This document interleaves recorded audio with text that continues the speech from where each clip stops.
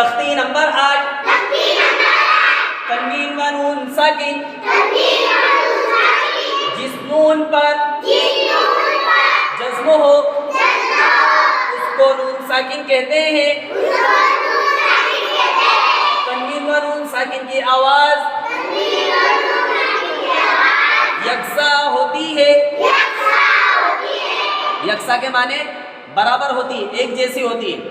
جیسے مثال کے طور پر ہم لوگ پڑھیں گے تا دو زبر تن، تانون زبر تن، تا دو زیر تن،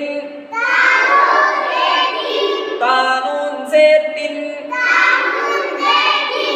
تا دو پیش تن، تانون پیش تن،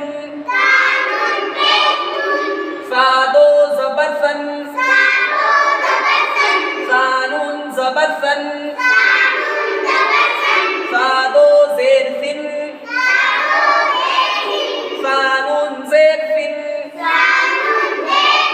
سا دو پیش سن،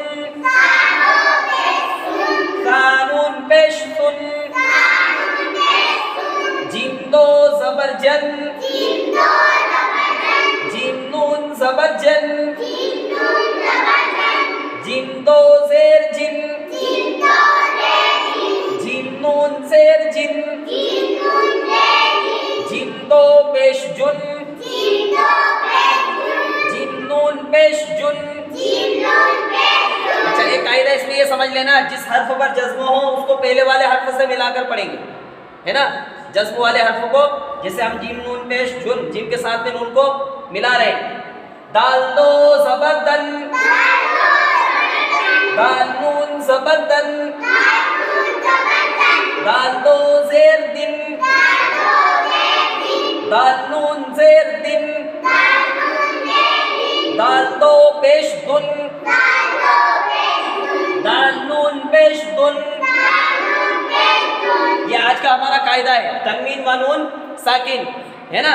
تنوین دو زبر دو زیر دو پیش کو تنوین کہتے ہیں. نون ساکن جس نون کے اوپر جزم ہو اس کو نون ساکن کہتے ہیں، ہے نا. یعنی جس حرف کے اوپر جزم ہو اس حرف کو ساکن کہتے ہیں.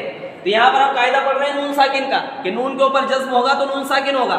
اب تنوین اور نون ساکن کی آواز ایک جیسی ہوگی، برابر ہوگی، کم زیادہ نہیں ہوگی. مشق، عادن، سوء، قریب،